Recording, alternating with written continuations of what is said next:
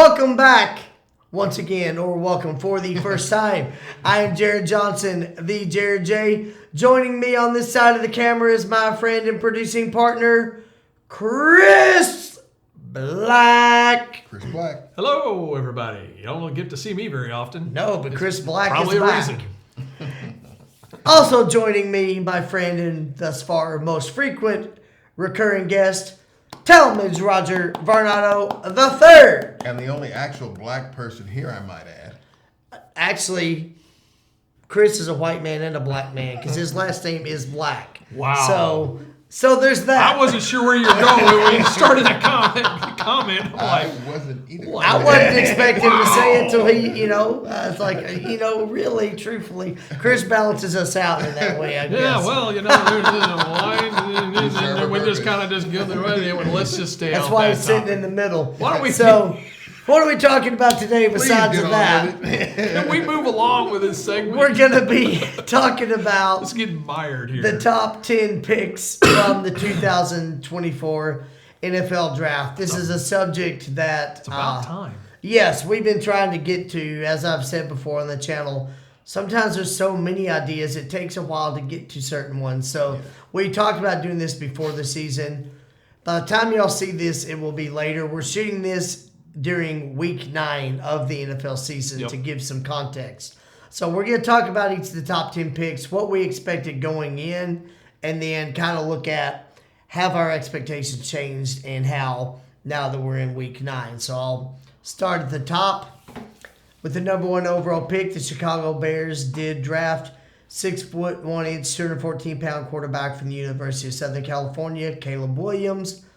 Chris Black, do you think this is a good pick for Chicago, and was it a good fit for Caleb Williams? What did you think going in? Going in, we all knew who they were picking. I mean, it wasn't going to be anybody but Caleb Williams. Right, the entire football world was aware. I mean, obviously, you have to make that pick. I mean, he came out with, he had a great junior year. He didn't have a spectacular senior year, which you would have expected, right? You expect to just go up and build up and on up. what he did. He didn't. He regressed a little bit, but that probably was more of the team around him than just him. But Jaden Daniels came out of nowhere and was just awesome, and that's an LSU guy. So, anyways, you didn't know that. I think this is a great pick for the Bears. I mean, you knew that we were going to pick them, and I think it's just a good pick. I mean, you've got to get a quarterback. Couldn't gone wrong with either one of the two that went 1 and 2, but Right. I think this was the pick they needed to make. Okay. And do you think is a good fit for Caleb Williams? You know what? I think with the team that they put around him, I think it's a good fit. Okay. They're willing to put they've got they drafted. Well, you'll find out Another they drafted guy we'll another get to, guy, yeah. a receiver, a rookie that's came out of Washington, Roma Duze. He's a very good receiver, so they got him. They went and picked up Keenan Allen. Keenan Allen. Thank you. Just thought went around the back of It's my like head. that Just guy, trying to he avoid played it. That for the guy, Chargers, that And guy. they already had the receiver from Carolina. They already They had DJ Moore. DJ Moore. He's So one of the better receivers in the league. they honestly. gave him a good receiving core. Some of these rookies come in and they don't have that, and they struggle. They got Swift at running back, and it's not like they've got Ezekiel Elliott now. It's not like it's a bad running back. Right. He is good. They've got a solid running A back. solid run game, a good receiving core. I think it's a good situation for him because he's going to be able to grow. He's got veterans around him that are going to help him grow as a quarterback. Eberflus is a good coach. He was with Dallas for a number of years.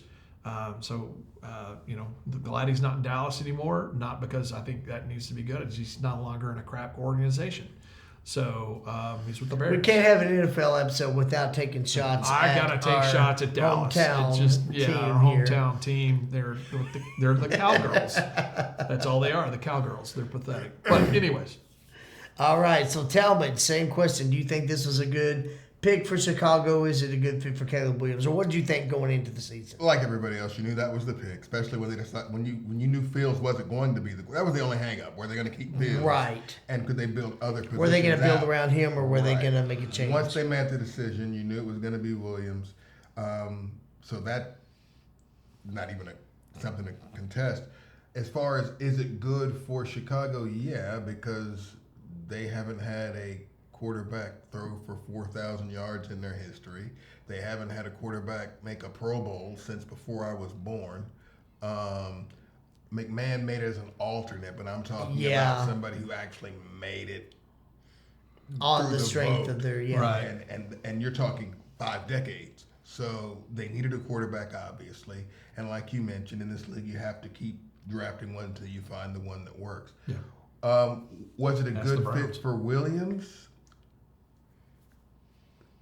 The things you mentioned, yes, as far as the offensive pieces around him, he was set up for success there. I'll disagree with you about the coaching, though. Very rarely do you see a young quarterback come into the league and be successful when the head coach is a defensive-minded coach. Now, Houston's the exception last year, but more times than not, you're going to need that offensive coach or that strong coordinator. Yeah. But really the coach to be offensive-minded as well. And Chicago's never gone that route, so I'm not sure it's a match. And then ultimately, he's had an up and down start, obviously. He started out very slow. He's getting better as it goes. I question his mindset a little bit. To me, he came into the league a little arrogant, and it showed in his preparation. And you saw it the first couple of weeks, he looked like a bust. Now, again, that would be overreaction. You're talking 2 games. Right. But they were horrible.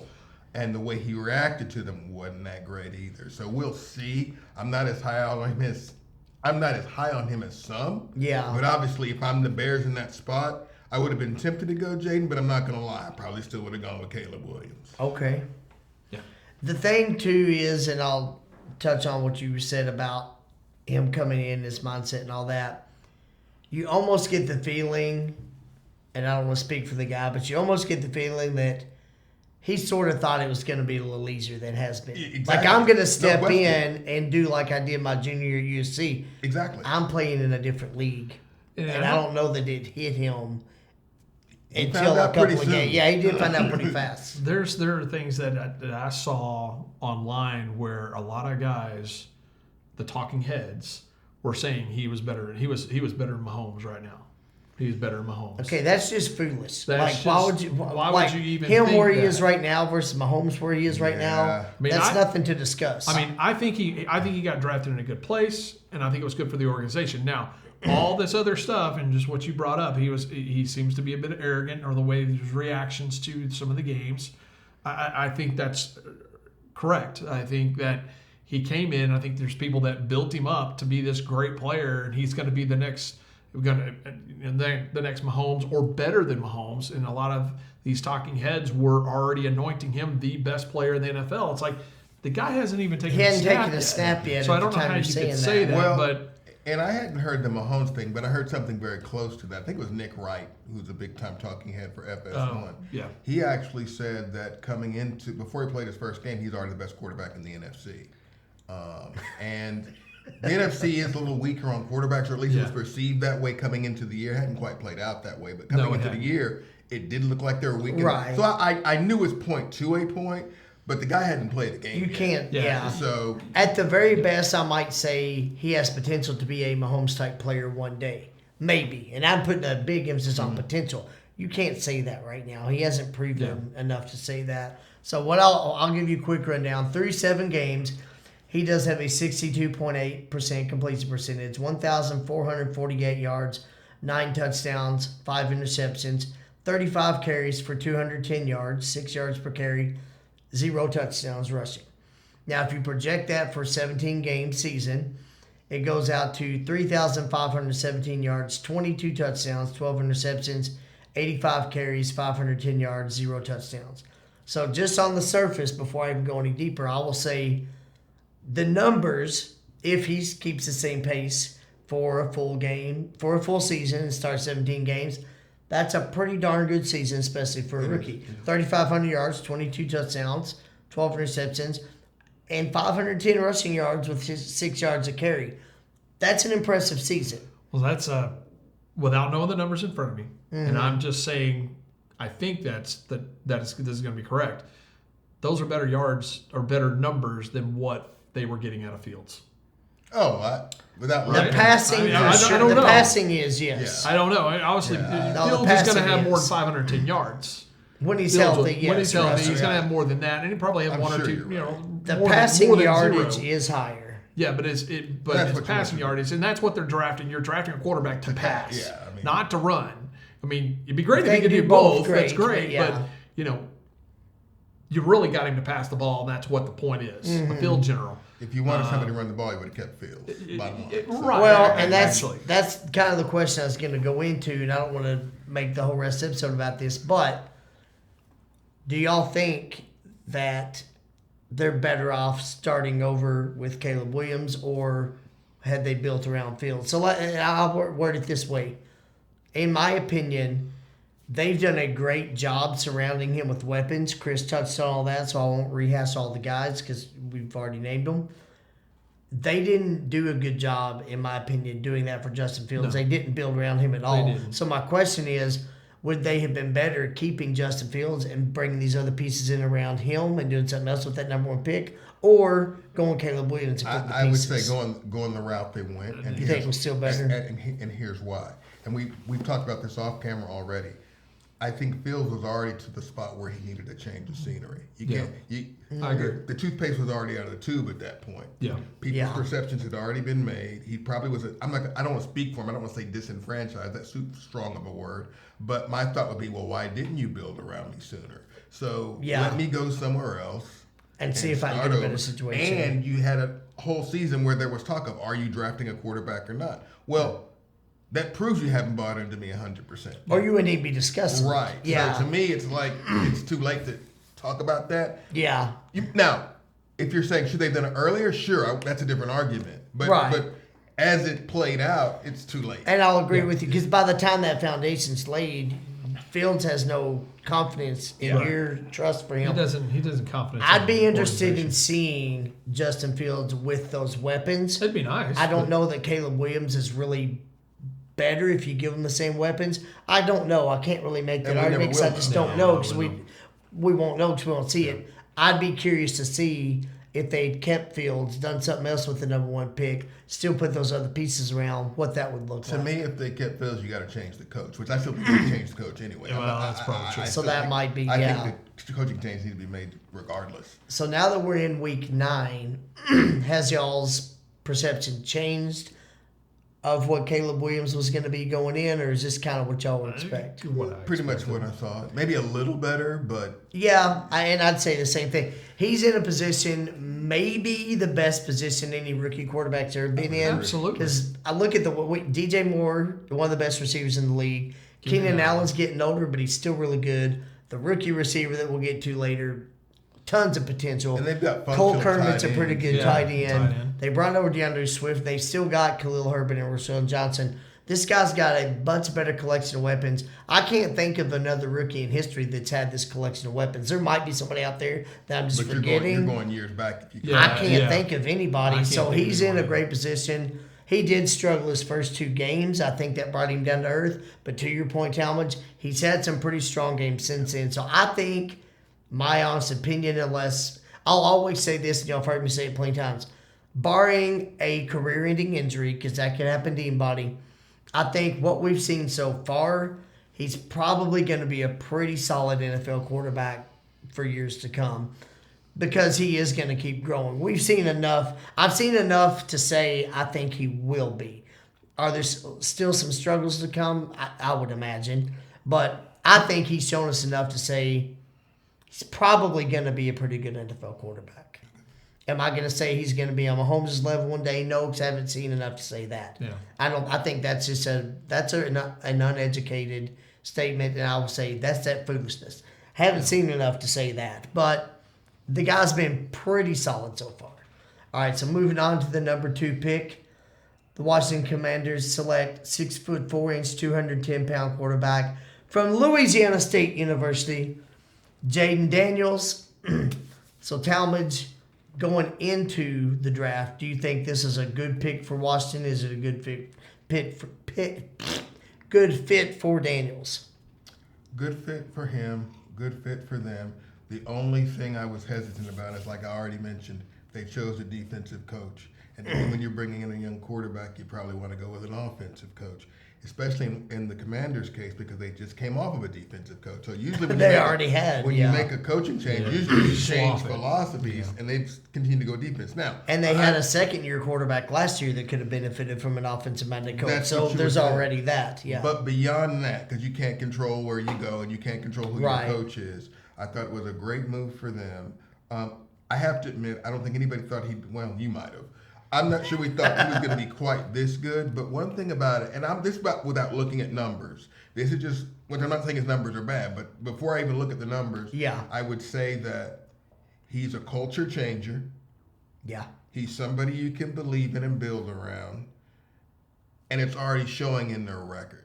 Now, he could be another RG3, considering RG3 not getting hurt. Yeah. Because that wasn't Robert's fault. No. No, Okay. I didn't get to do the But I know it's 10 years later, however many years later, but 10 to 12. they- yeah. something like that. Yeah. to catch lightning in a bottle twice, if they played this right, we could be looking back at this 3 or 4 years from now saying he was the game-changing quarterback that makes the Commanders a perennial contender. And when and I'm not a Washington fan, but when they are a contender, the league is better for it because they're one of the traditional franchises. And it makes the NFC East stronger. And the NFL is always better when the NFC East is strong because you have the media markets.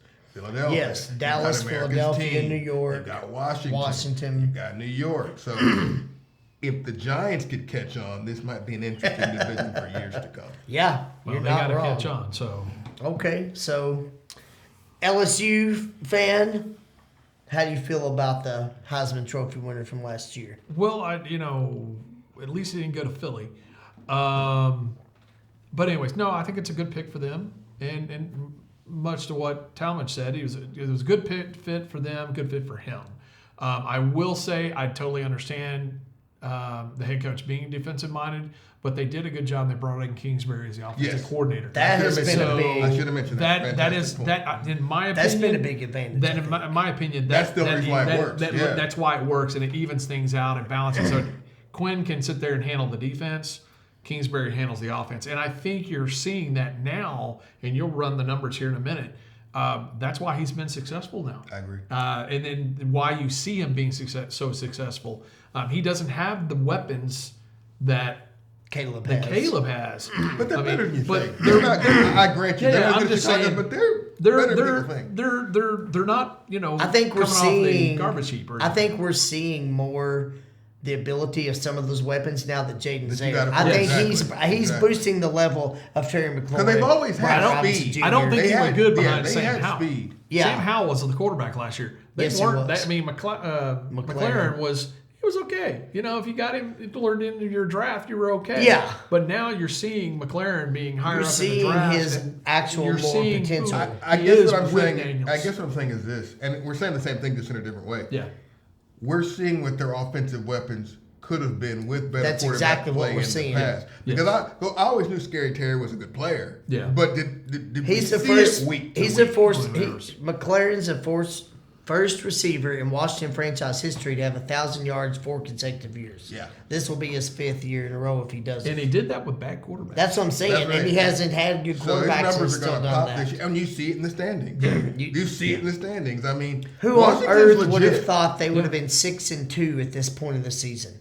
The Eagles are coming on, but what Washington me? could win No, this but division easily. I think they legitimately could.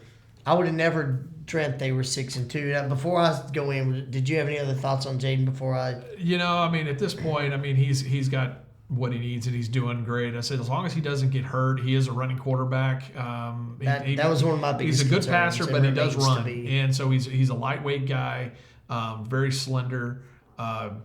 If he put on more heft to him, does it slow him down? Probably, and it probably won't help him in the running Yeah. situation, but it'll help him last Help longer. him sustain or at those least- hits in the running game. Yeah, and so I think that's what helps him a lot is from a defensive standpoint, you have to scheme and game plan, not only just to keep him in the pocket, because if he gets outside the pocket, things just begin to happen.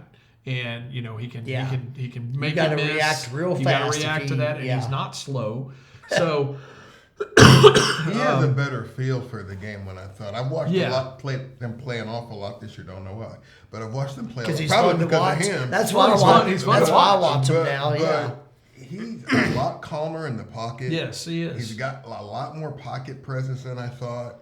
He plays with a purpose. He has intention when he plays. He already has the nuances of playing quarterback, but you can still tell there's room to grow. Yeah. It's not like he's topped out. This guy has a chance to be a top 5 quarterback in the next 3 years. Yeah. Oh yeah, I agree. No, I agree. and we can all agree with that. That's the exciting and scary thing is where he might grow. And so to run some numbers here, through 8 games, Jayden Daniels has a 71.8% completion percentage, 1,736 yards passing, 7 touchdowns, 2 interceptions, 74 carries for 424 yards, 5.7 yards per carry, 4 rushing touchdowns.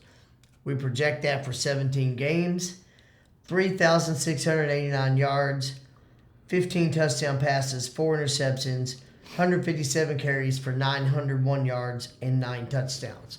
So, again, there's more to it than just the numbers, but just look at numbers. If he keeps this pace, that's a heck of a season for any quarterback, not just a rookie.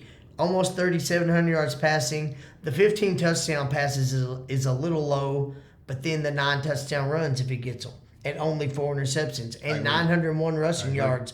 Those are Lamar Jackson type numbers. If you haven't followed the channel, if you have followed the channel, you know how a fan I am of Lamar Jackson. I'm saying that this guy in 8 games, he's on pace for a Lamar Jackson type season. I believe his numbers are better than Caleb's.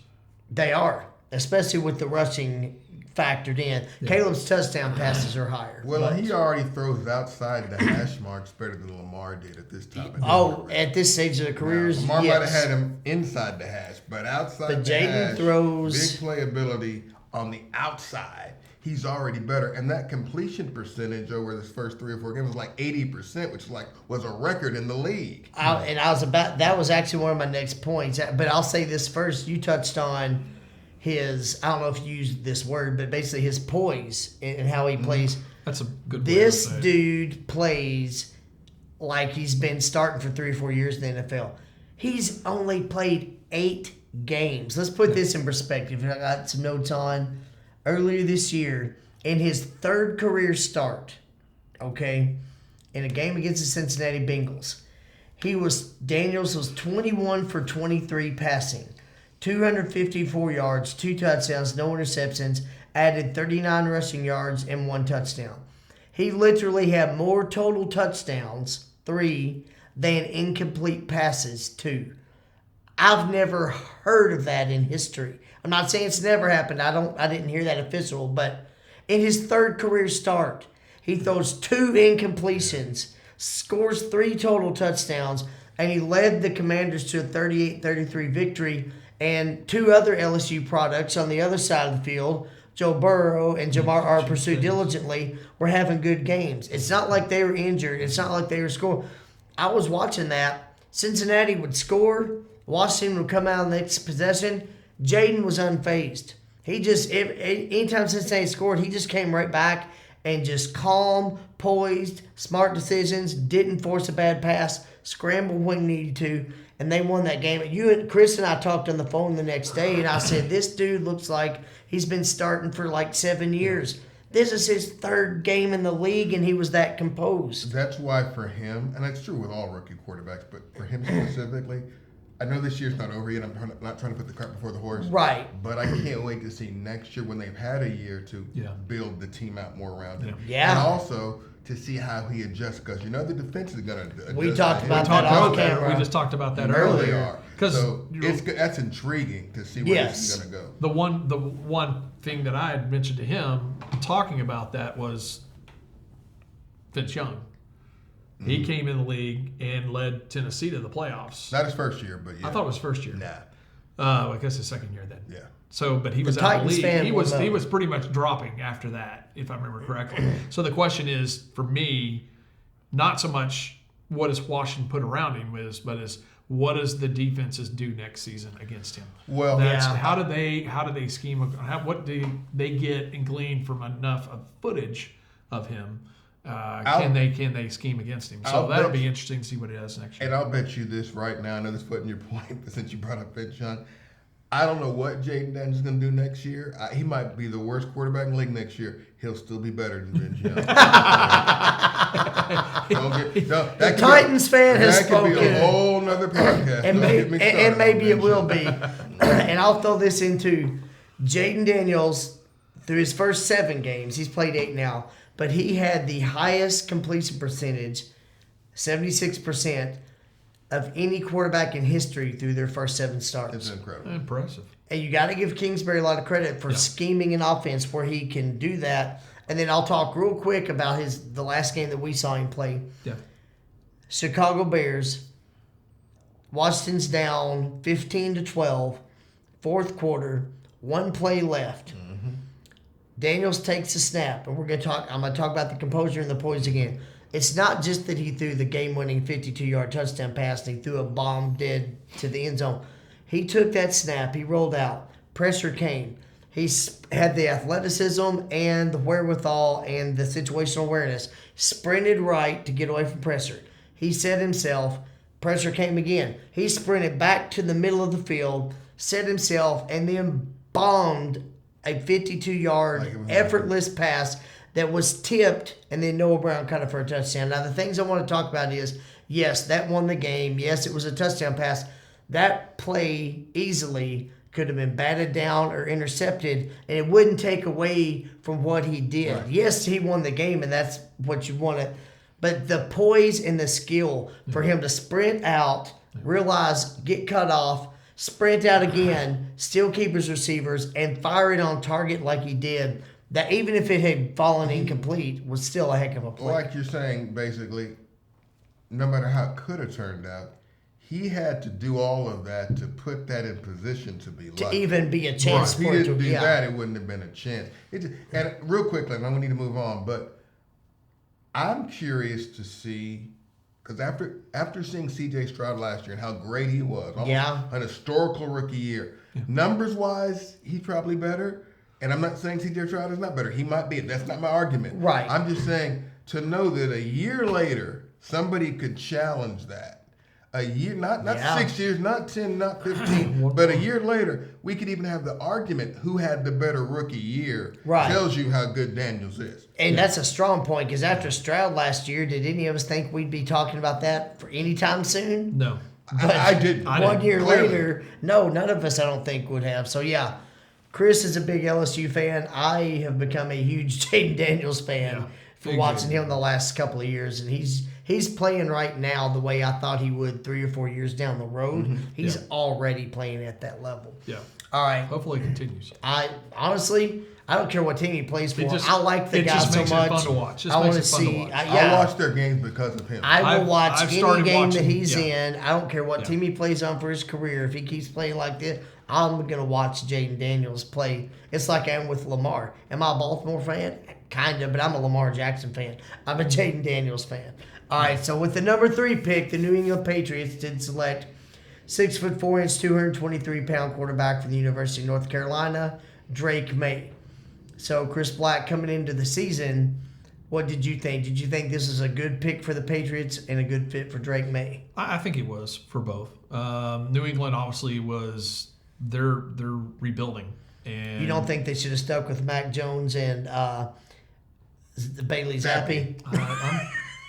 Well, if you want to remain at the bottom of the league, if your goal is to continue to lose games, then yes. If you want to throw, if you're Kraft and you just want to throw money away, and sure. Okay. But I think Drake May is a raw talent, but with some patience, I think he'll be fine. They're in a rebuilding phase anyways, so it allows him the opportunity to develop. Mm-hmm. And so he's a big guy. And so I think he'll be fine, to be honest. And I like it's going to work for both of them. Okay.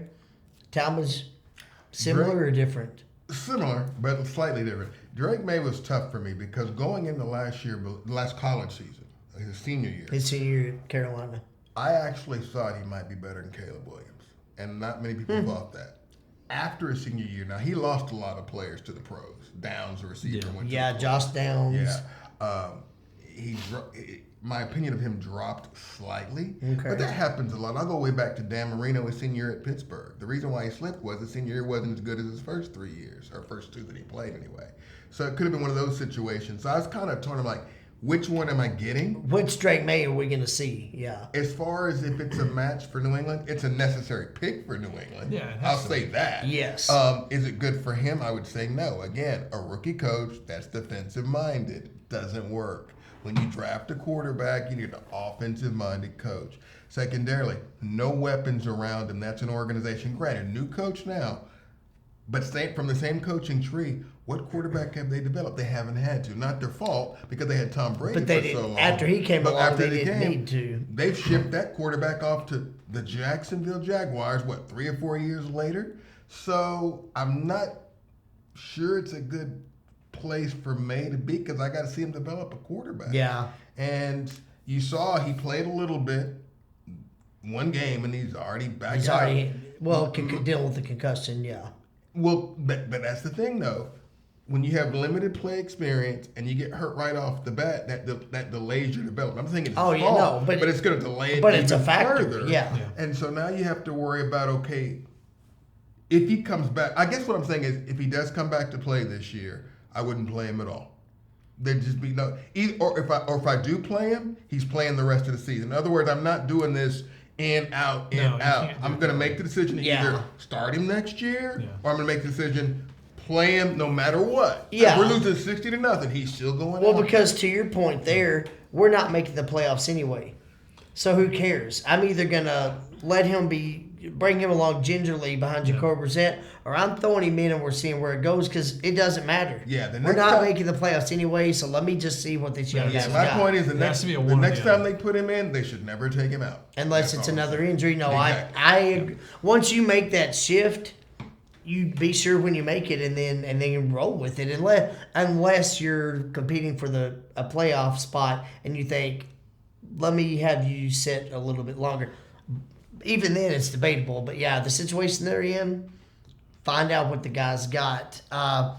Drake May has started. He's only played 4 games, so his number's going to be a little different. We got a smaller snapshot, but And he didn't start all 4. and he didn't start all 4. So through his first 4 games that he has played, 63.1% completion percentage, 564 yards, 5 touchdowns, 2 interceptions, 13 carries for 114 yards, 8.8 yards per carry, and 1 touchdown.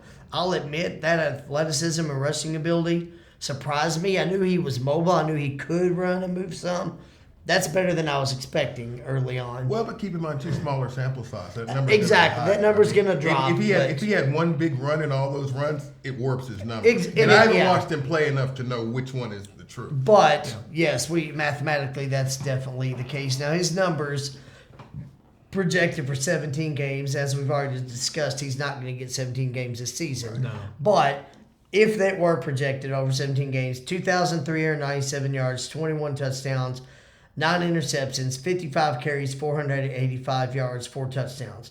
So if he did play a full 17 game season, again, those are pretty good numbers, especially for a rookie. Yeah, especially in his situation. Yes. His more than the other 2. I would take that. If you want to talk about having something around somebody, he has nothing around him. Yeah. Steven's a decent back. He's got a decent back. That's it. Yeah, but And I said decent. I said decent. and I agree. He's He's a productive. productive NFL back, but he's not we got a game plan for this guy. He's not Brees Hall. He's not No, he's McCaffrey when healthy. So, but to your point, for everything we said about the great job Chicago's done building around Caleb Williams, New England hadn't done that with Drake May, and now they've got a rookie quarterback who they've now got to start building around, and that is going to take time. And we'll see. So he's my opinion, and I want to see if y'all agree.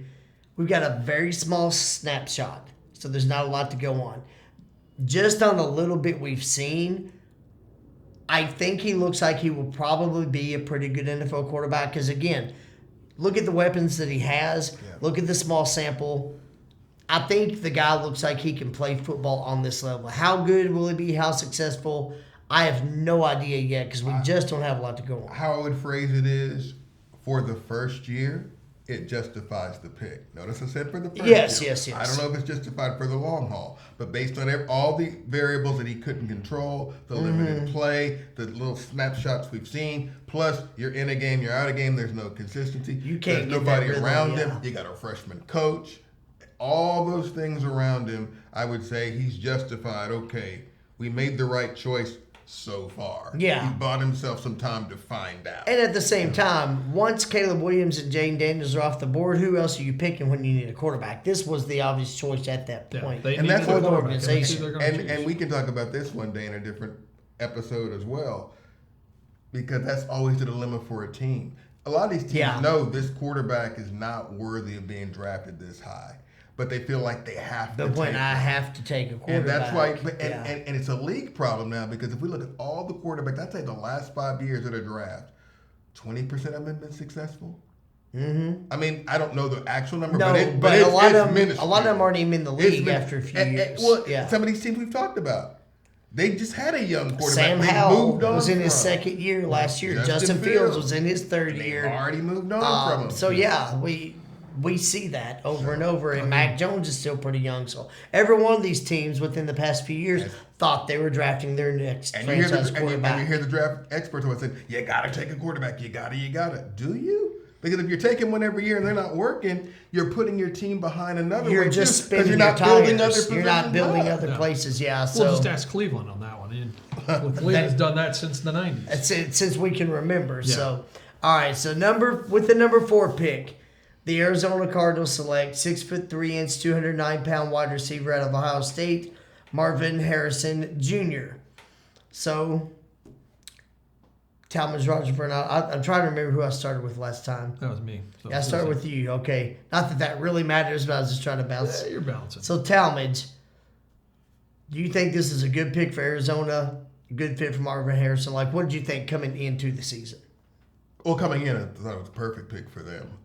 They had a lot of areas they could go, so I'm like, pick the best talent. And if you are going to stay with that quarterback, which they clearly decided they were, once you made that decision, you got to give him some weapons. That's the best weapon on the board, the most polished weapon on the board. He might not turn out to be. We'll see. I still think he will, but he's got some competition. I'm not saying he doesn't. It's not a shoe-in.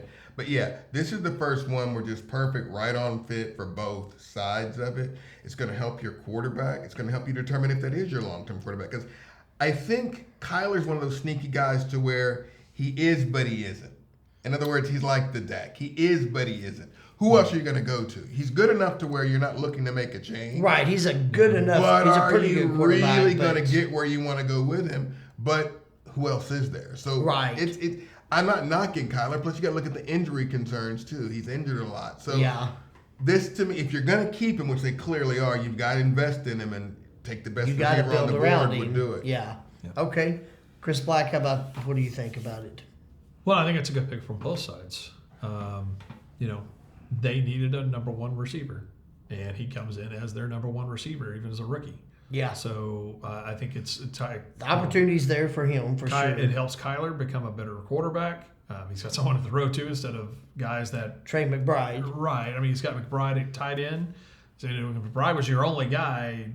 Right. You've got another weapon now. Now you got a second weapon to open things up a little bit more. So. And I Michael think Wilson's not a bad receiver, but he's not Marvin Harrison Jr. He's not like, Marvin. let's say he's not bad. This pick puts him in the role he's supposed to be. Yes, Right, exactly. I that's a perfect way to say it, Talmadge. So yeah, I think it's a good pick both sides.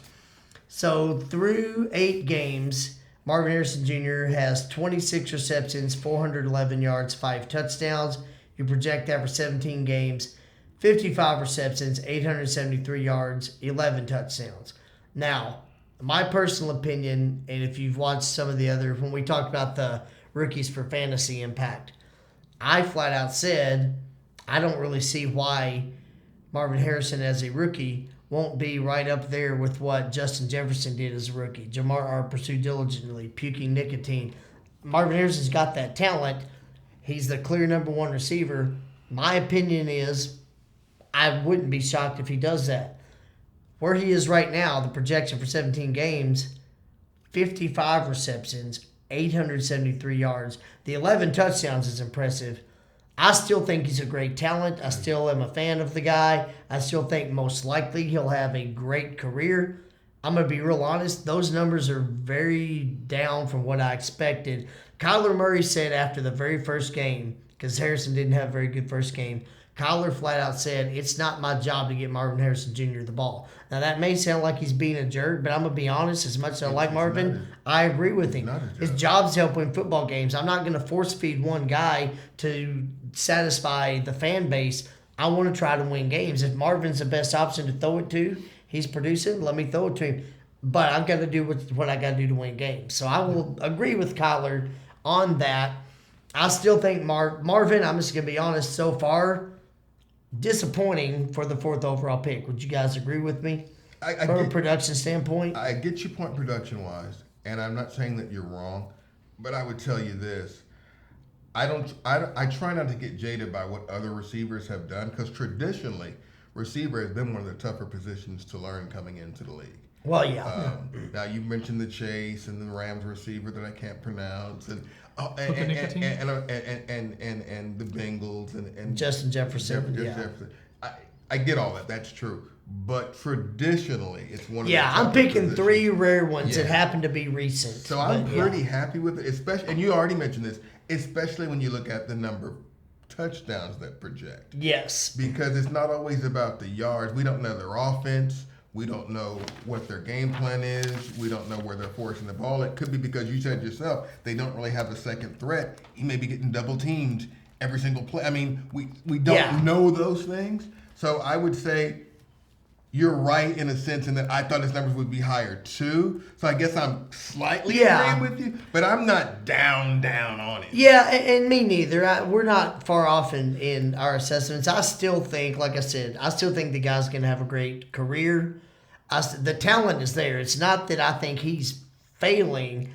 It's just the productivity's not there. But as far as the skill set, I have no reason to think that the guy's still not going to have a great career. Maybe I expected more than I should have coming in. I don't think so, because the hype was there. I mean, he was the number 1 receiver coming out. It was it still is, although it's not as much as it was in previous years, a passing league. So I'm not disagreeing with you. I thought his numbers would be higher too. And the other thing too, we still have the second half of the year. Those numbers are predicting on what he's done so far. He might crank it up way more, and that wouldn't shock me. By the time y'all are seeing this episode, he may pick it up. We may already see that.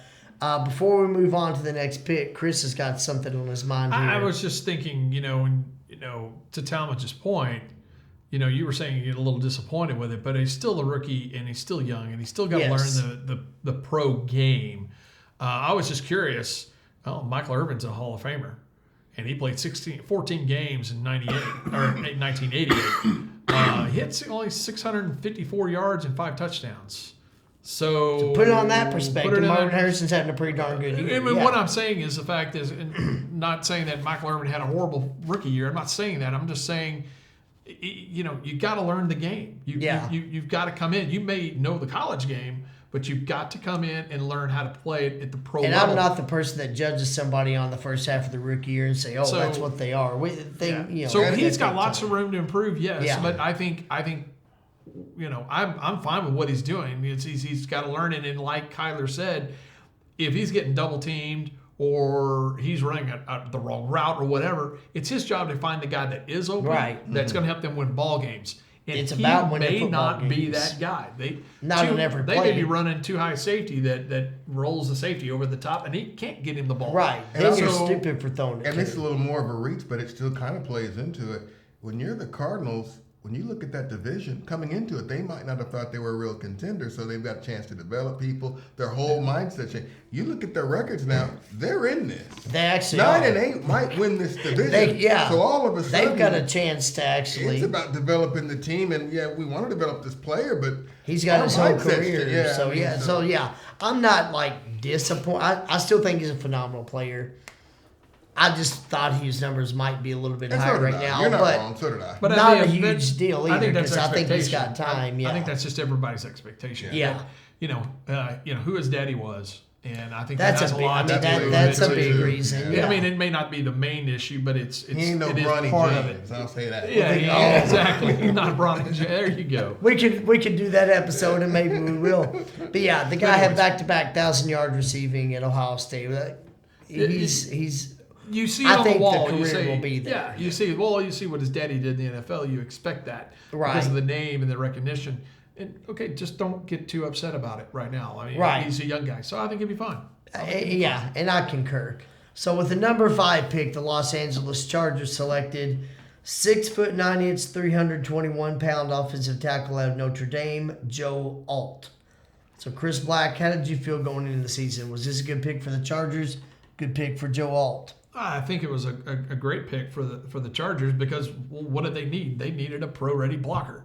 Who did they needed a guy to keep Who help. did they draft? I mean, a pro-ready blocker. They need somebody to actually protect Herbert. Mm-hmm. And I think that was a good pick. And I think it was a good pick that Alt's in the right spot because, look Harbaugh's now his head coach. And Harbaugh likes to develop those trenches. And so he's going to help put those guys around. And Alt's not going to be the only guy on that line that's going to be worth anything. So he's going to have other guys that come along. Because I got Sewell already. Yeah. That's going to help them, and they're going to be a more cohesive unit. And he's not going to get beat up with double teams coming in where they start stunting him and, he ends up getting, hosed and letting the quarterback get worse. Yeah, get blown up and destroyed. Mm-hmm. So Herbert should stay upright more often, much to my chagrin, being a Chiefs fan. We don't want that. We want him flat on his back. But Joe Alt, I think, is a good Unleash position. Chris for, Jones on him when y'all play exactly. him. You'll be okay. Just yeah. Anyways, Joe Alt, I think it's a good pick for them specifically, and I think he's in a good position for himself. All right, Talmadge, what do you think? Same thing? This is a tough one because I thought he was going to Tennessee. You were hoping he was going to go to Yeah, Tennessee. I bet you were hoping he was going to Tennessee but- for sure. Yeah, but and before they chose their coach, I would have thought the Chargers would have gone receiver here. Once I was they chose- expecting that. Yeah, as once well. they chose their coach, I could have still seen receiver, but the more and more you thought about it, tackle came more into play. Yeah. So the right coach got him because he clearly wanted him. They've got the franchise quarterback, so you got to protect him. Yeah, you got to He protect was that the most, asset. yeah, he was the most pro-ready tackle. You've already got a great tackle on the other side, so I can definitely see it. So it Bounce makes that sense line for everybody. out. Like I said, the receiver thing wouldn't have thrown me either. I could have seen that also. But again, once they chose their coach, yeah, this is a good fit, and it works for both. And I will say this too: this draft class was so loaded with receivers. You might want to say, "Let me get the best offensive tackle possible," and they still got McConkey later. So it's like you still got a good You could receiver. have gone the other way too, though, because it was deep draft for tackles also. Not a tackle also this true, good. yeah. But I was gonna say, yeah. I think maybe this was one they just couldn't pass because they still had some other receivers. That's my thought. I don't think I mentioned this yet, but Chris and I actually watched the first day of the draft together. I come over and hung out. Nobody called me. Maybe next year we'll nobody called invite me. Talmadge. Oh, maybe next year. Okay, all right. Here's the I sad don't part. have to say in this right Part- now. Here's the sad part. I'm just gonna A admit lot this. of crying going on around here. There's no crying on the Jared J. As we were watching the draft, You are invited next year. we did say, I we want you should to come to my We house. both were like, we Come should to have my invited house, my friend. Talmadge. I'm busy next year. Of course you are now. But as the Chargers made this pick, Chris and I kind of had some of the same discussion. I was like, I really thought, and I'll save the guy's name because he's the very next pick, but I was like, I really thought this particular receiver was going to be next because they lost Keenan Allen, Mike Williams, Austin Eckler. Yeah. But I also And the said receiver from TCU, I forget his name, hasn't Quentin really Johnson panned hasn't, out. yeah. Oh, yeah. So, but I said the same thing I just said. They probably just thought Joe Alt was too good to pass up. And to Chris's point that he made both that night and on the show, you got this, I don't think these are his words exactly, but this massive blocking tackle. How do you pass that? Like, your team needs that protection. How do you pass on Joe Alt? So both of us were like, wouldn't have shocked me, or I wouldn't have thought it was wrong if they went with one of these other receivers. Also, let's be honest. When you got a guy at 6'9", 321, through 6 games, he started all 6 games. He's only had 2 penalties called against him all year. he's going to be good wherever he goes because he's just that good. Yeah. Yeah. So why in the world, like, no matter who drafted him, I would say yes, it was a good pick because he's just that good a tackle. And I don't think he compares favorably, and when I say this, I'm talking at a high level, with the past top tackles of previous years. You mean like Anthony Munoz, Tony Baselli, Well, not that some far of those back, guys. but not okay, that. But not yeah, even that but, far. The last but, few but he years. doesn't measure up to them. Those guys either. But for this draft, yes. Oh, he yeah. was the most polished. Because there's a couple more that are more athletic, and one of them's coming up. Yeah. In fact, two of them are coming up. But he was the most plug and play right now, big You size. know he can start Let's right establish now. the run. Let's protect the passer. And a building block for a new coach coming into a new situation. Yes. One of the safest picks, if not the safest pick in the top. In 10. the entire first Sewell's, round, maybe. Sewell's yeah. their right tackle, correct? Yeah. So I they think that's right. needed the blindside And tackle. I, And and, they- I, and I thought Sewell could play left, but what do I know? Yeah, well, They didn't consult with us. they didn't right? ask you, but then they did. They won't ask you to the draft either. I was gonna so- say that but you can come out. But you can come watch it with us I'm- next I'm- year. I know you're I'm busy. still busy. I'm He's still busy. busy. I'm still busy. I'm gonna ask him next week. He'll give the same answer. We're gonna just ask him every week. Every week I'm until gonna send the April. same text. You come to the Yeah, draft? so you're coming I'm in. busy. Yeah, So if you want to see the answer, subscribe. yeah, there you go, and you'll just find out how that turns We'll out. find out how that turns out next year. So, with the number 6 pick, the New York Giants did select 6 foot 199, not to be mistaken with 200-pound wide receiver from Louisiana State University, Malik Neighbors. Talmadge Roger Vernado III. Do you think this is a good pick for the Giants and a good fit for Malik Neighbors? Good pick for both. Neighbors is a New York kind of guy. Everybody can't play in that big market. No, and he probably has people that live beside him, so he's a neighbor's neighbor. No, and he can handle it. You can make the argument he was the best receiver in the draft. Again, make the argument. I'm not saying I agree with that. No, but he's that's an argument He's in you the can make. conversation. They clearly needed a receiver. He's been productive. He's flashed. Okay, so yeah, I don't see any loss. And everybody knows. Well, not everybody, but a lot of you know the Titans are my favorite team, and I know we needed a tackle. But if he would have been on the board still, I'd have been like, I know we need this tackle, but. But is he too good to pass That up? receiver. Same thing with the receiver later that Chicago took. Both of them, I'm like, we need this tackle, I know, but both these receivers. You're talking about game-changing wide Yeah, receivers, not so- just kind of good ones. Yeah. So I'm happy with both. I think it's going to work out well. He needs somebody to get him the ball. Danny Dimes takes a little more heat than he probably should, but he's not the answer either. So, I agree with both. Some people act like he just don't belong in the league. He's not that bad, but he's also not. If he has Cadillac talent around him, he can get you to the playoffs. You're not going to win in the playoffs. Yeah, but he can he's get you yeah, there. and that's kind of what I would say. But too. so until they get I'm not gonna say a real quarterback, but until they get Upgrade at that position. yeah, you may not totally see, but take that out of the equation. Yeah. It's the best pick. So would you say at this point of the season, your opinion has changed, or?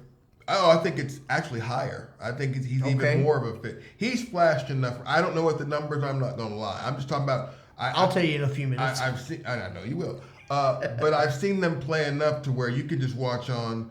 Because I'm lucky enough to get the all 22. I get the all 22 of every game. I don't look at all. Okay. But you can see he's a difference maker. They don't always get him the ball, but he gets The open. ability's there, He gets yeah. open whenever he wants to. And he's great at catching contested passes too. Yeah. So even if he's not open, he's kind of worth throwing it to. There's some throws on the outside of the hash. He could probably get better at running routes, but inside the hash and crossing routes Yeah. and routes that require him to use acceleration once he catches the ball. Yeah, he's pretty good run after the catch as well. Yeah, So he's pretty damn good. yeah, he's a very good receiver. So for our LSU fan, good pick for the Giants. Good fit for Neighbors. So I think it's a great pick for the Giants. They needed a receiver badly. Oh, and yes. he is, and in my opinion, he was the most explosive wide receiver on the board. I think he's even better, and I like him better than Marvin Harrison. Some did. He had more yards last year than Marvin Harrison. He had led the country in receiving did. yards.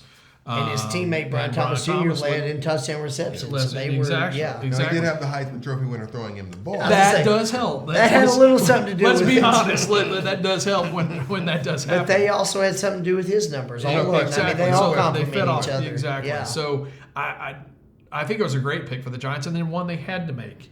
I will disagree for Malik. This is a bad situation for Malik.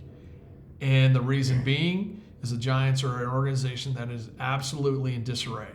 The front office is horrible. They cannot put they're almost, if not even with the Cowboys for a front office perspective. They haven't put anybody they have no run game. I don't like Danny Dimes. I don't think he's a good quarterback. I don't even think he can get you the playoffs. He's done it.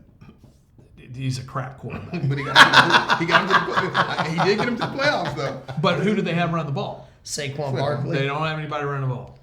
Tracy's coming on. Tyrone Tracy Jr. is actually looking he's pretty coming good. on. He's Devin I Singletary's still not haven't bad. different topic, but Tracy's a lot better than I thought he was going to be. No, I concur. I just think that's a bad organization there in New York.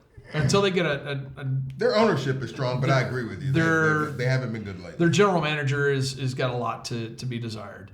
Now, if they get an upgrade at quarterback, then we're in a good position. You know, I just don't think Danny Dimes is going to be that for them. I just don't. I don't think he's there, but I don't think they think that. They either. know he's not their Yeah, long-term answer. they already know. But there's got to be Their at some coach point. said that this They year. attempted to trade up in the draft yeah, to get yeah. Drake Mayer. They are going to have to Daniels. be a lot worse than to get get up there to where they get a Yeah. quarterback. I just don't think it's good for neighbors at the moment. So, Okay. but I don't like the Giants. I and think they're long back term for- it is because I think they'll figure that out. Well, you can Well, only they hope. will. They'll have And plus, to. I'm looking at a receiver in that market. Well, That's yeah. what I'm looking at. The You're looking at it endorsement as I mean, but that's different though, in my opinion, than an organization. You're looking at New York as a market. Yeah. Okay. You're talking about his professional development. I'm as a talking about receiver, is right? the organization itself. I just don't feel like they're willing and able to do what they need to do. They haven't been doing it. They haven't done it over the last 5 years, and they let Saquon go. Which I thought was a good move, to be honest with you. Well, Because you weren't going to win with Saquon. You might, like we said, get to the playoffs and get put out like they had before, maybe. but who's the quarterback at running that whole time? Danny Dimes. No, I get it, but because he's the quarterback, running back's not going to save you. No, but they all run off together. No, You know, I agree. so But if you, I think we're dancing around the same. well, I think we thing. can all three agree. If you keep Saquon and you get a better quarterback, then you're in a good Right. position. But if you just But it's keep already been Saquon, you proven don't. with that It doesn't for- matter. Yeah, it doesn't help. But Yeah. I just don't. I think you could put him on the Jets, and you're still going to have the same thing because of being in New York. As far as what else you were saying with that is, in my opinion, yes, he can handle the market. Yes, he can handle the media. I don't have a problem with that. I don't think that's a problem for him. I think he's capable of handling the media scrutiny that he's going to get out of New York and out of that area. Right. Only difference, and I agree with you. Everything you said. The only difference I'm making is they know they need another. It's not like they don't know. Yeah. They know they need another quarterback. They tried to get another They quarterback. actively this tried to year. trade up in the so draft I'm to saying get one of if these they guys, can yeah. figure that out, and it might be a Sam Darnold who's a free agent. It's not going to be. They're not going to be able to Boy, draft they- one unless they get really lucky. Because I could see Shadur Sanders going there. 'Cause Oh, I could there, too. There's some places that he's not going to go. I'm gonna tell you right now. Yeah, but I could see him But going I could there. see him going to New York, and that it can change in If a they hurry. get a draft I'm not pick, saying you're wrong yeah. with Danny Dimes. I'm agreeing. He's horrible. Well, not horrible. He's below He's- average. He's Yes. not. Yes, he's not. To say he's not elite is a But, understatement. I guess what I'm saying is I think they will figure that out because they already know. They already know it. And maybe Yeah. that's the It's truth. not like but- they were Tennessee coming into this year thinking that Will Levis was the answer. So let's get these pieces around him Right. just to see. They already know he's not. They just couldn't do anything. They couldn't about do it. anything because they couldn't trade up. No I just one felt like there willing was to a do better it. place for him to go. Well, than that's the New other York. question I was going to ask you. I don't In know the where- top 10, what good situation? Usually there aren't good situations. When you're picking. You're right about So that. where It's could he just- have gone? I don't know, but I just don't If like the Chargers Giants. had taken him, then now he's playing with Justin Herbert. I would have said that. that would have better. been nice. That would have but, been the only fit. That would you have been the know. only one in this whole. but also they Or you know, the Falcons. They got a Harbaugh- pretty good quarterback right now too. yeah. You say they have a stat producer at quarterback. Yeah. They do. They have a So good stat those two I can see. It's not maybe. Ritter. So, No, it's not Desmond not- Ritter. not It's, Desmond it's Ridder, so definitely it- not. but anyways, So I Move along. don't know if Chris remembers this, but when we were watching the draft, when they announced that Malik was drafted by the Giants, I looked at it and I immediately said, we need to start praying for Malik Neighbors now because he's about to have a real stressful year. Because he's a superstar and he's going to be plugged into a system where he doesn't have a lot around him. Now, was it a good pick for them? My goodness, yes. Why wouldn't you want Malik Neighbors? Because, like you said, they need weapons. And once you know Saquon Barkley's leaving, I know it's a different position, but you need a new guy that's your go-to guy that even if we're losing games, we can build on this player. Yes, great pick for them. Long term, I think, Talmadge, I can see what you're saying. Right away, I was like, man, he's going to have a stressful year, but anybody going to that team would. Yeah. I will say through 6 games, he has 46 receptions, 498 yards, 3 touchdowns, projected for 17 games, 130 receptions, 1,411 yards, 9 touchdowns. Those are more the numbers I talked about I thought Marvin Harrison Jr. would have. But Malik Neighbors, talent-wise, I might say I think Marvin's a little better, a little polished, a little more ready, but it's not by much. Malik putting up those numbers and the team he's on, that's extremely Well, impressive. and that's kind of, I'm going back to Chris's point when he said it's a bad situation for him. No, it's not. With Danny Dimes at quarterback, He's he's putting still up Pro Bowl producing. numbers. Yeah. So if you're talking about wins and losses, I get it. But you know when you're drafted in the top 10, You're gonna usually go the to wins a and losses team, are going to yeah. suck. Yeah, well, It yeah. hadn't hurt his production.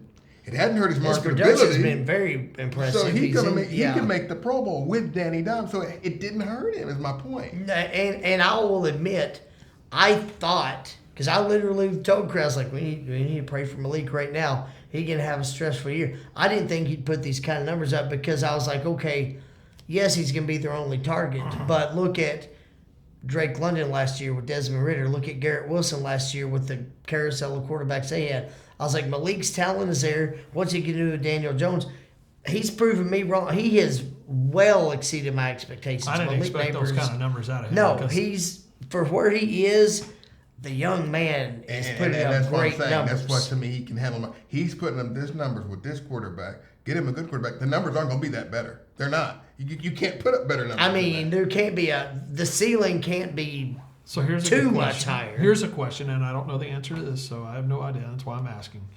What is the rookie record for receptions and That's a good yards? Does question. anybody know? I think for receptions, it's Puka last Yeah, year. just last year. It's like 106, 107 maybe. I'd Yeah, have it's to over look. 100. I can't remember. It's over 100. Yardage, is it Jefferson or Jamar R? They both had That sounds 1,400 like it's a something. I possibility, think it's one of but I'm those not two. sure. But Neighbors' projections is going to put him in the neighborhood of all of that.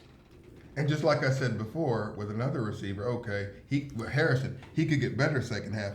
Obviously, he could get worse. So you could end up being right. His numbers could suck, but I'm just saying it hadn't hurt him so For far. what he's done so far, he has exceeded my expectations without a doubt. I didn't expect him to do much because of that, but Yeah, but he's so 1,486 is the last year. yeah for last yards, and that's year. Puka. Yeah, Jamar R and Justin Jefferson are right.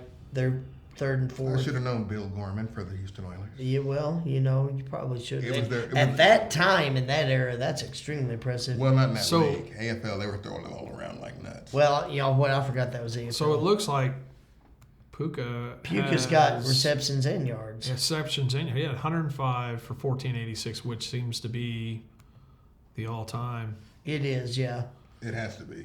Most It yardage, doesn't get no so- better than that. No, So those are if that does hold, Malik can that break puts the him receptions if that he puts him keeps on this pace. that puts him fourth. Fourth in receiving and first in Yards. receptions if he continues his pace. Yeah.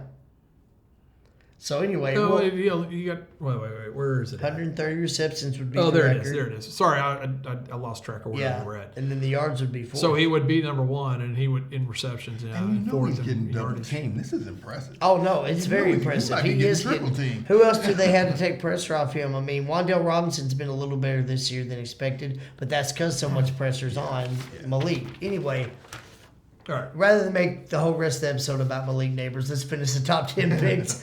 At number 7, Talmadge's Tennessee Titans did select 6'6", 342-pound offensive tackle from the University of Alabama, J.C. Latham. So, Chris, I'll start with you. Do you think this is a good pick for the Titans and a good spot for J.C. Latham?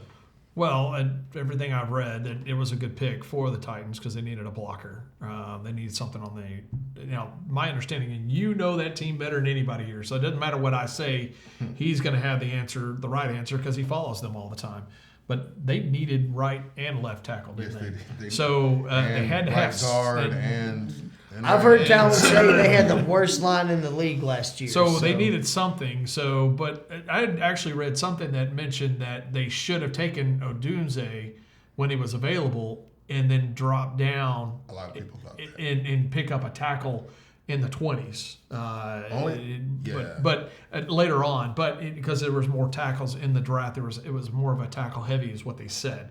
But he was a good blocker, so I think it was something that Tennessee desperately needed.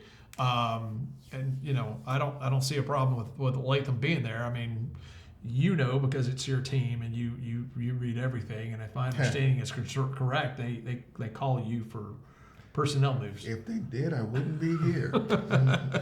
But you're still coming to the house to the draft next year. Yeah, so anyway. I'm busy that day. Yeah. So sooner of a day, I'm going to stop asking. Talmadge, as our Tennessee Titans fan, how do you feel about the J.C. Latham selection? It grew on me as the draft went on. I wasn't that high on it at first. I thought of him more as a right tackle. Now, he had the athleticism and size to play left, but I thought he was more right because he played right in college the majority of the time. And I know they had a good left tackle at Alabama, that's why he played right. But I'm like, yeah, but if you get drafted in the first round, shouldn't you have beaten that guy out? But that was my thought. But as far as based on what they had left, yeah, it was going to come down between receiver and tackle. I knew they were going tackle because I knew what the organization was going to do.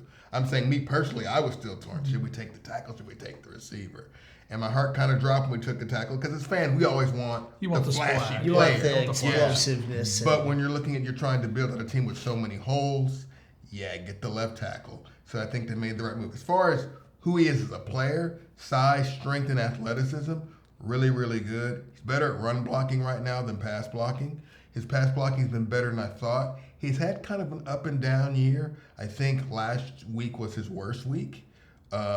The Miami game that they won was probably his best week. So he's been a little up and down, but not to the point where you're regretting the pick. I think they're happy with the pick. You pair him with Skoronski from the previous year, and they signed Lloyd Cushenberry at center from Denver. So their left side of their line is fixed.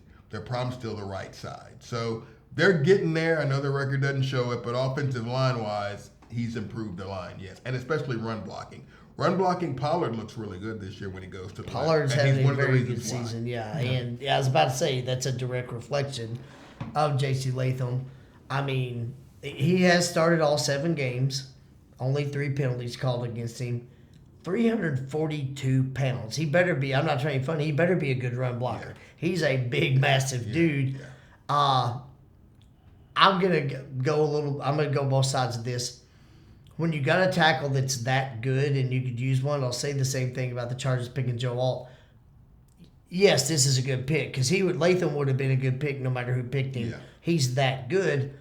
I'm going to be honest, I don't know that I would have been able to pass on Odunze. If I'm the Titans, Harrison's already off the board, Neighbors is off the board, I don't know that I would have passed on Odunze, because I think he's that good a talent at receiver. Real quickly, I can tell you their thought process. Their thought process was, we needed a line for 3 years.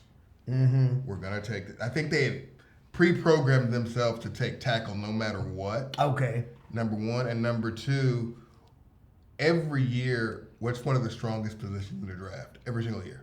Receiver. So it's always deep, because the league is throwing the ball so much. And they got stopgap receivers for this year. Now, it didn't work, but they signed Calvin Ridley, they signed Tyler Boyd, and they had DeAndre Hopkins. And they still had Burks, who they were hoping to develop. He's a flop, but they were hoping to develop. Yeah. So it's like, we'll buy ourselves. We don't have the long-term answer at receiver, but we can buy ourselves a year or two. Yeah, and then we can always take receiver.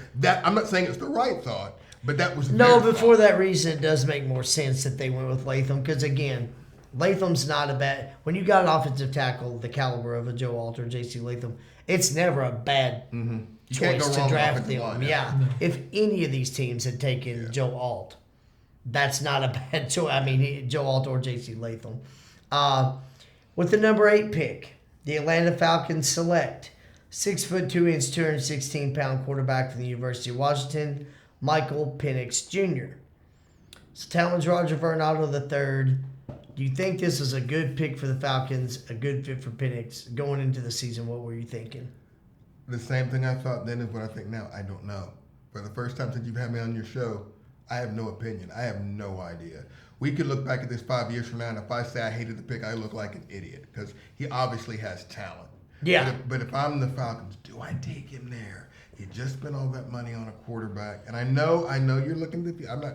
If you felt like he was too good to pass up, you take him, and they obviously did. So Yeah. I'm not knocking it. I'm just saying I don't know if I would have done it, especially considering this is a team. It's not like they've got 5 Super Bowls in their back pocket, you know. Right. If you're New England coming off a Super Bowl win, you can take this kind of pick This is because the type you of bought risk you can yourself some take. time. Yes. But can Atlanta take it? So I'm not saying they were wrong. Only they know, and we'll find out. I wish I had a I don't better know if answer they for know you. right now. But I mean, I don't really have an. I feel the same way about it. I can understand it, but I don't know if I would have done it. right. Chris Black, how do you feel about it?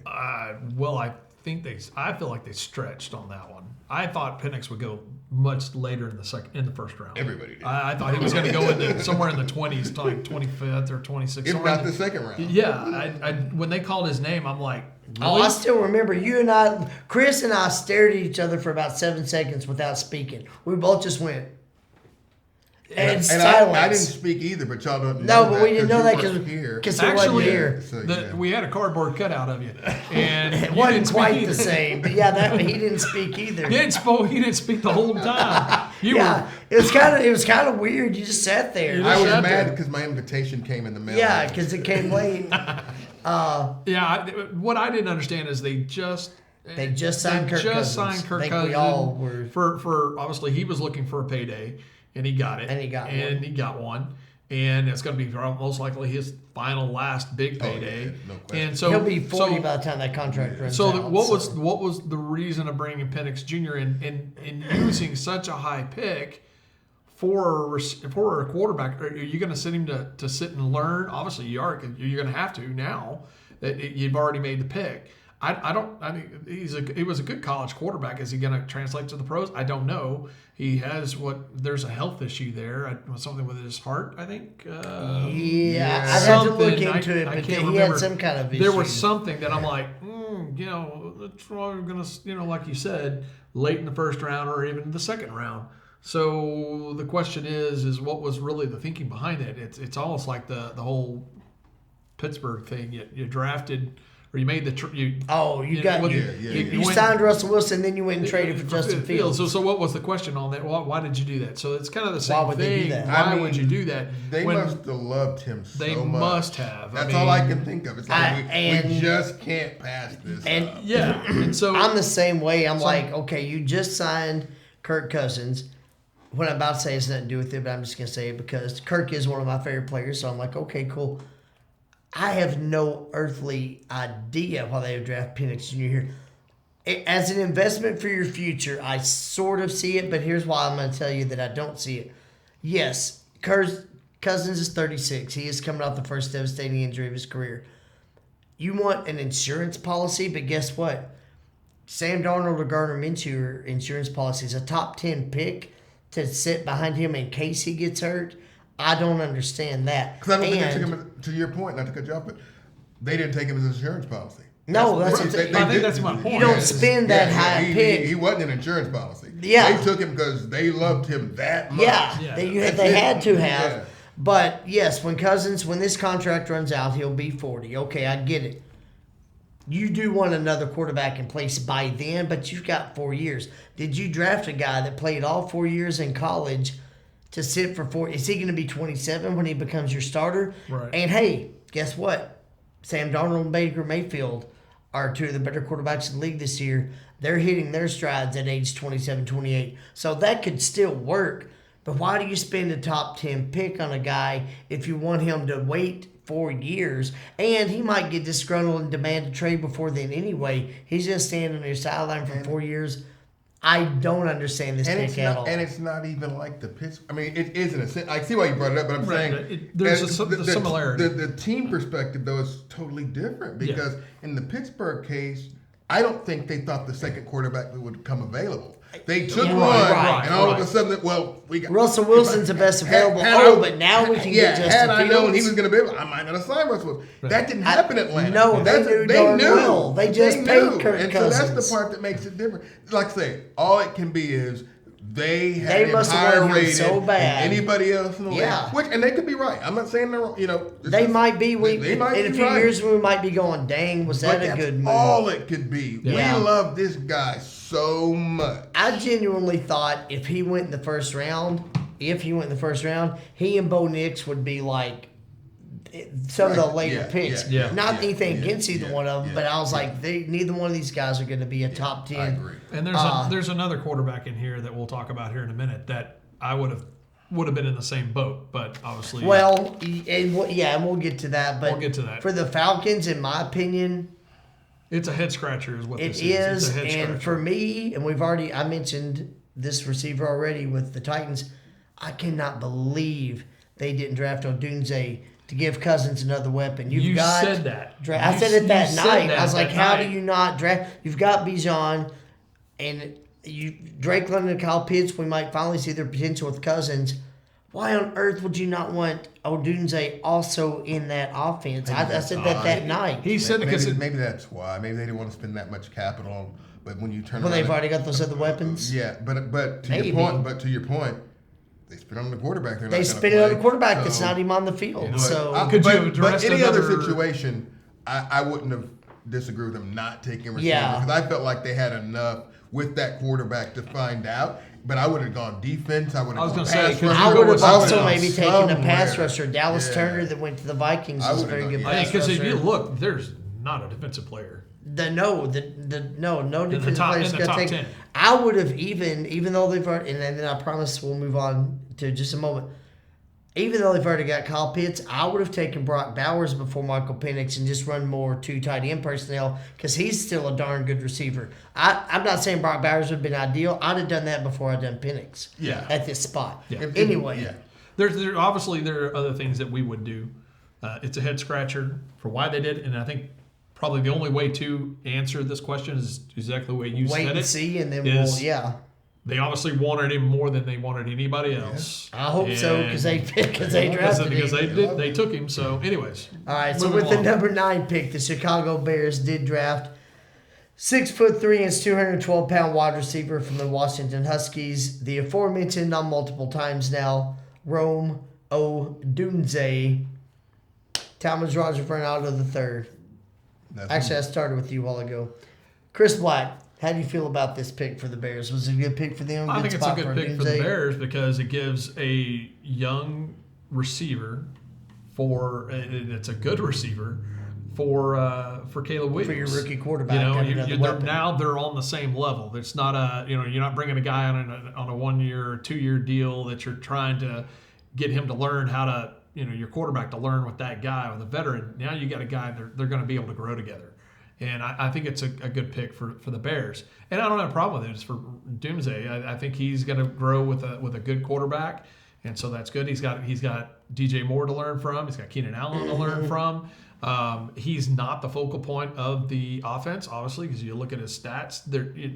To me, that's not the guy that's he's not Malik Neighbors. Okay, and from statistically, because Malik obviously is going to be their number one guy, so they're going to force feed in the ball or try to get it to him. He's who you're funneling the ball to. He has the opportunity to not see double teams, to be able to be open and get the flow and the feel of the game and learn how to play it at that level. So I think that's a good spot for him to fall into. So. Yeah. Okay, Talmadge, how about yourself? Good spot for both. I don't have too much more to add to that. This is going to sound strange from a team that had the number 1 pick, but relatively for a team that had the number 1 pick, they didn't have as much need as some number 1 teams that are picking number one. Once you get Caleb Williams, Yeah, once you got your quarterback, they didn't have a lot of other glaring needs. I mean, don't get me wrong, they were still picking number one, so I'm not saying they were perfect. Yeah. They had number one pick for a reason, so yes. But relatively, it's almost like a luxury pick at this point. That's exactly how I would say. So you've got your young quarterback. Why not get him a weapon, even though you've got some? Because we know they're going to be paired together. If they become a tandem that's very successful in the league, it's going to be they came in the year at the same time, the same draft class. You're going to see another, they grew together. So, and plus, to be honest with you, with that talent on the board, there's not a lot of other places to go. They're one of the few teams that didn't necessarily need a pass rusher as badly. So they could go with that luxury. They had the luxury of saying, "Let's get another weapon for Caleb." They could have even gone Bowers here, and I'm not high on taking a tight end this high. I'm not either, unless it's Brock Bowers. Bowers probably falls in that. I would have taken him. But considering, like I said, they could almost take a luxury pick here. Bowers would have been that as well. So I think it's good for both. Yeah. I 100% concur, especially. I was so shocked the Falcons didn't take him at that point. I think Chris and I said that on that night. I was like, Chicago's stupid if they don't take Odunze at this point. Do they need him as bad? No, but my gosh, he fell to you. You better not be too ignorant to take him. Yeah. The guy's an elite talent. We know that. Through 7 games, he does have 20 receptions, 287 yards, 1 touchdown. Projected for 17 games, 49 receptions, 697 yards, 2 touchdowns. To Chris's point, he's not breaking records. He doesn't need to because they've got DJ Moore, they've got Keenan Allen, they got DeAndre Swift, they got Cole Kermit. But Keenan Allen's not going to be around that much longer, let's be honest. He'll be retired before long. This guy, if he stays with Caleb Williams for years to come, could be a deadly quarterback-receiver duo. Yeah. I mean, we're talking about, and some of these guys weren't drafted the same year, but you look over history, I mean, we're talking Joe Montana, Jerry Rice, Peyton Manning, Marvin Harrison Jr. You're talking about a legendary combination, potentially. I didn't say that. Marvin Harrison Sr. You're talking, these guys could be in that category eventually. So the talent's definitely there for Odunze. I think it's a great pick because, like you said, a luxury pick. But why not take him or Brock Bowers? But why not plug in another weapon that you know in a few years might be one of the top receivers in the league, quite possibly will be. Why not take him at that point? And real quick before we go to the number 10 pick, my apologies to Michael Penix Jr. I didn't talk about your stats for the year. Through 1 game, he has 1 attempt, 1 completion, 14 yards, and 0 touchdowns. So projected for 17 games, 17 completions for 238 yards and 0 touchdowns. So let's give the guy his due credit there. But yeah, Odunze, elite talent. A lot of people said these 3 receivers in the first round that were taken are all pretty close talent-wise. No matter how we unstack them, I'll admit whoever's number 3 is not that far from being number 1. So, yes, if he don't go in the first round, it's an absolute joke. He fell to Chicago at number 9. Why on earth would you not take him? Why wouldn't they do that? I have no answer for it. Yeah, there we go. All right, so now the number 10 pick, the Minnesota Vikings did take 6'3" and 219-pound quarterback from the University of Michigan, J.J. McCarthy. So Talmadge Roger the third. I know your opinion about him as a quarterback from another conversation we've had, but do you think this is a good pick for the Vikings? Do you think it was a good fit for McCarthy? No and no. Okay. I'll admit I didn't watch them play a ton last year, me in Michigan. I watched them some. When I did watch, he wasn't asked to do a lot. He basically got drafted because he's an athlete. He did well at the combine. He's a smart kid. I get it. But they wanted championships, so everybody knew the name. He's a leader, blah, blah, blah. All those things are important. I'm not trying I know it sounds like I'm poo-pooing that, but I'm not. I mean, those are factors, but yeah. It's just, I'm a big believer, especially now, and we've kind of talked about this, some on camera, some not. It's getting harder to develop quarterbacks, and these teams are taking quarterbacks because they need a quarterback. Just because you take one doesn't solve the problem. We see team after team on their 3rd and 4th and 2nd and pick at quarterback. Cleveland. Chris said it earlier. And every year you hear these prognosticators say, well, they have to take the quarterback. Why? If I'm taking a quarterback, I need to see tape on him and film on him. I need to see him in a lot of situations. I need to see him asked to do a lot. I'd like to see him play under center, which we don't do that in college anymore. We talked about that That's not earlier, really too. going to happen, Yeah. but I'd like to see that. We saw none of that. We're taking this guy because he was on a winning team and he's a good athlete. And I'm sorry, I'm not going to take it. And I could be totally wrong. This guy could be great. I'm not saying he won't be. Yeah. He could be fantastic. But as a team that's entrusted in building a team and making them better, I don't care how badly I need a quarterback. I'll sign the Sam Darnold and build my team out. And then when my team is built out, I'd rather get a free agent quarterback that becomes free. Or I'm not. I guess what I'm saying is, unless I'm drafting in the top 5. Yeah. And even then, people miss. We've seen it year after year after year. Oh, yeah. But unless I'm drafting a top 5, Jamarcus Russell. Yeah. and we could name 100 of them. Unless I'm drafting in the top 5 and just like I've got nothing at quarterback and I've got to take. It's the most glaring, obvious thing you have to do. But Minnesota, their team to me was still built out enough to where if I get a veteran quarterback to hold it until something better comes along, I can be competitive. To me, you wasted an opportunity to make your team better on the hopes that some guy that played 15 games in college who wasn't asked. I mean, they won games where he didn't throw the ball 15 times. Yeah. Wasn't it? Was it? They were a run team. Who did they beat? Was it I think Alabama? it was Penn State. They didn't throw Penn the ball State in or the somebody second they half or barely. something like Yeah. that. It's like, and again, the guy could be great. I'm not knocking him. We just don't know enough I'm to just know saying, if he is. If really. I got a top 10 pick, I can't take it on somebody I've never seen play. I can't Yeah. do it. I'm sorry. I could be totally wrong. But that's your outlook on him at this point. So Chris Black. You're not wrong. I think it's a no and no. I don't know why Minnesota decided to move up one spot to get the guy. Right, they moved up one spot. They and moved that's up what one they did. spot. They thought the other team was going to take To him. get Yeah. But Or at least the other team bluffed. okay, so you brought in Sam Darnold, who up to this year hasn't done anything. Nobody Right. had any expectations. No one of him. expect him to do what he's doing this year. I don't know if he sold his soul to the devil or what, but he's got Minnesota playing well. He's playing. You extremely can't well. tell me that at this point in April, May, whenever the draft was, April I think. April 25th through 26th. Yeah, sure. There you go. At that point, you already signed Darnold, knowing you needed a quarterback because your quarterback decided to leave you because you weren't going to be able to pay him, so he jumped ship and went to Atlanta. Yeah, and so you can't tell me, well, we got our quarterback, so we're going to bring in McCarthy, who we probably would agree that this guy was probably late first round, second round. Could he go even deeper? Well, coming into before all the draft prognostications, yes.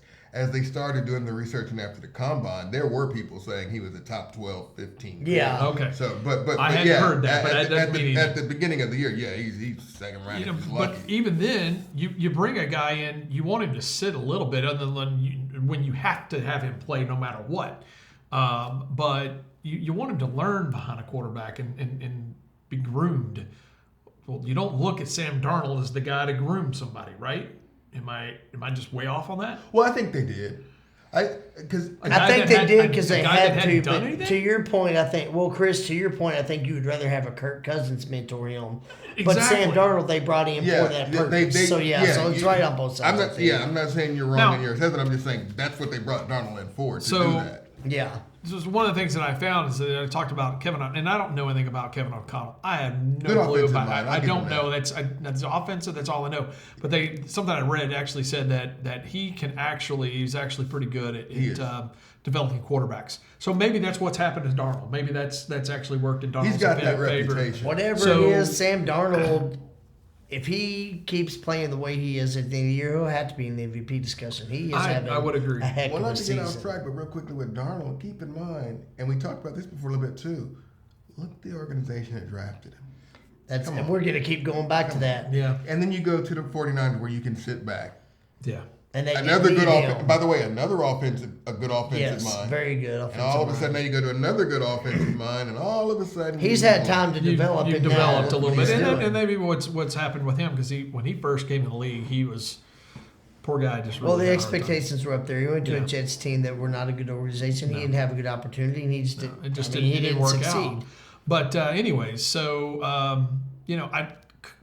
to your statement is, could they have taken somebody else? Could they have stayed at 11 and picked up a defensive player? I mean, So that was going to be my question, just great out of defensive curiosity. team. Just out of curiosity, is there another player y'all think they should have taken instead? Not having the board in front of me or knowing. Gotcha. I don't- And that's it's hard to okay. I know. just thought of that just now. And plus, not knowing their I don't follow them. I don't know what follow their them, needs so I are. don't know what their needs Gotcha. are. Yeah. But I'm just saying. Well, first of all, he got hurt, so obviously he's not going to play now. So but, we but really had, don't know. But had he not got hurt, was he really going to play a ton? And even if he was, you're basically saying we got no shot at the playoffs. Well, you're proving yourself wrong because with a decent quarterback, you got a shot at the playoffs. They've looked like a very good team this year. My outlook going in was, I don't know how good he is, but he's in a good position because you got Justin Jefferson, and when Hockenson comes back, you've got a great tight end. And if Jordan Addison can stay out of trouble, you got another pretty good receiver. So I was like, even if he's not great, he's in a good position where we're going to find out pretty quick how ready he is. But I'm going to be real honest. I don't think there's any way he'd be playing as well as Sam Darnold is. So the question now is, when he comes back from injury next year, do you re-sign Sam Darnold, who's had the season he's had, or do you say, oh, well, now we're going with the quarterback that we drafted? I think a lot depends on if you make the playoffs and what You do got to in wait the and see playoffs. the end of the season. Gotta Then play out. I concur. If I had to guess before it plays out, I say you let Darnold go, because Darnold's gonna get himself a nice deal from somebody. Yeah. And if you're Minnesota, are you willing? If you match that deal to keep him there, what you're really saying is this: Darnold can get me wins in the playoffs, right? Because now I'm willing to waste an asset, waste a draft Right, pick 'cause that's to what you're sign gonna be this doing. guy back. But that means he better be taking me to the playoffs. You better be worth me So doing that. I'm not sure they're willing to take that risk. Now, a lot's going to depend on his health too. How healthy is he when he comes back? But Yeah. I don't see them signing because he's going to get a better deal from somebody else. He'll get a deal Somebody somewhere, like yeah. Tennessee, and I'm just throwing it out there, or some team is going to knock on the door and say, "We bought it." Tennessee could use a quarterback. the The truck. Giants could use a quarterback. The Jets could use a quarterback. There's places that he could go. Imagine if he goes back to the Don't tell Giants Rodgers after being with the Jets. No, seriously. Imagine if the Yeah, Giants no, signed him he- after leaving the Jets. Yes. And he's got neighbors. And he's got Malik Okay. Neighbors. All of And a they could sudden- draft another weapon in this coming. So, yeah, no, I think there's opportunity for him, I think, Now, too. if he wins games in the playoffs for him, I think they got to resign Minnesota him. might, yeah. You can't. Well, we won 2 games in the playoffs, but we're not going to sign. No, your fan base would. No. They have a field for that. Yeah, that would be a mistake. So, all right. Thank you all so much for joining us. We were a few months later on this topic than we initially had wanted to do, but still had fun with it. Still unpacked a lot of stuff. And it might have been more interesting now because we've got some projections to look at that we didn't have a few months ago. So, hope you all enjoyed it as much as we did. If you did like the video, please show that by liking the video. If you've not already done so, please subscribe to the channel. It will help enable me to be able to continue to bring you much more of this type of content as well as many others. So for Chris Black, for Talmadge Roger Fernando III, I am Jared Johnson, the Jared J. Hope y'all have a great week, and I hope I see you again real soon. Now, Bo Nix wasn't at top.